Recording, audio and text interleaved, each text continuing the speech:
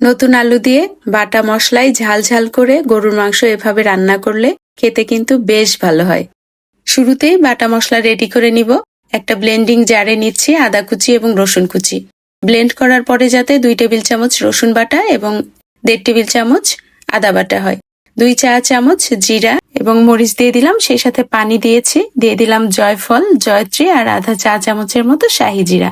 মিহি করে ব্লেন্ড করে নিলাম। প্যানে সরিষার তেল গরম করে এর মধ্যে পেঁয়াজ কুচি দিলাম, দিয়ে দিলাম একটি তেজপাতা আর গরম মশলা। ততক্ষণ পর্যন্ত ভেজে নিব যতক্ষণ না লালচে হয়ে আসছে। একটা স্টার অ্যানিস দিলাম। পেঁয়াজটা যখন রং বদলাতে শুরু করেছে এই পর্যায়ে ব্লেন্ড করে রাখা মশলাগুলোকে দিয়ে দিচ্ছি। চুলার আঁচটা মিডিয়াম টু লোয়ে রেখেছি। সময় নিয়ে মশলাগুলোকে কষিয়ে নিতে হবে। নিচে লেগে আসলে অল্প অল্প করে পানি দিতে হবে। দিয়ে দিলাম লবণ স্বাদ মতো, হলুদ গুঁড়া 1 চা চামচ, সামান্য পানি দিলাম যাতে পুড়ে না যায়। ধনিয়ার গুঁড়া দিয়ে দিলাম 1 চা চামচ, লাল মরিচের গুঁড়া 1 চা চামচ। এবার অল্প অল্প করে পানি দিব আর মশলাগুলো প্রায় 8 থেকে 10 মিনিটের মতো কষিয়ে নিব। সময় নিয়ে মশলা কষিয়ে নিলে যে কোনো কারির স্বাদ অনেক ভালো আসে। দেখতে পাচ্ছেন মশলা থেকে তেল ছেড়ে দিয়েছে। এই পর্যায়ে এর মধ্যে আমি মাংসগুলোকে দিয়ে দিচ্ছি। এখানে 1.5 কেজির মতো মাংস আছে। মশলার সঙ্গে মাংসগুলোকে খুব ভালো করে মিশিয়ে দিলাম।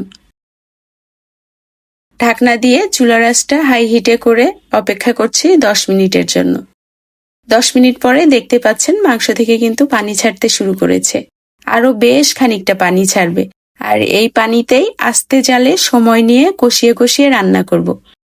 প্রায় 40 থেকে 50 মিনিট হয়ে গেছে। আমি আস্তে জালে সময় নিয়ে কষিয়ে নিয়েছি। মাংসগুলো প্রায় সিদ্ধ হয়ে গেছে। এই পর্যায়ে পুরোপুরি সিদ্ধ করার জন্য গরম পানি দিয়ে দিলাম। ঢাকনা দিয়ে দিলাম। যেহেতু নতুন আলু দিয়ে করব, তাই এখানে নতুন আলুগুলোকে সামান্য লবণ আর হলুদ মাখিয়ে অল্প আঁচে ঢেকে ঢেকে প্রায় 80% মতো সিদ্ধ করে নিব। আলুগুলো এখন ভাজা হয়ে গেছে, আমি নামিয়ে নিচ্ছি। এদিকে ঝোলের মধ্যে বলক চলে এসেছে। এর মধ্যে ভাজা আলুগুলোকে দিয়ে দিলাম, একটু মিশিয়ে দিচ্ছি।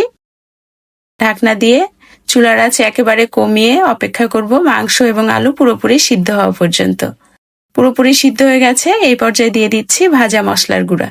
এখানে জয়ফল, জয়ত্রী, গরম মশলা, ধনিয়া, জিরা সব একসঙ্গে ভেজে গুঁড়া করে নিয়েছিলাম। আরো 2 মিনিট ঢেকে রেখে নামিয়ে সার্ভ করে দিয়েছি। দেখতে পাচ্ছেন দেখতে কতটা লোভনীয় হয়েছে। রেসিপি ভালো লাগলে ফ্রেন্ডস ও ফ্যামিলির সঙ্গে শেয়ার করবেন। ভালো থাকবেন সবাই। আল্লাহ হাফেজ।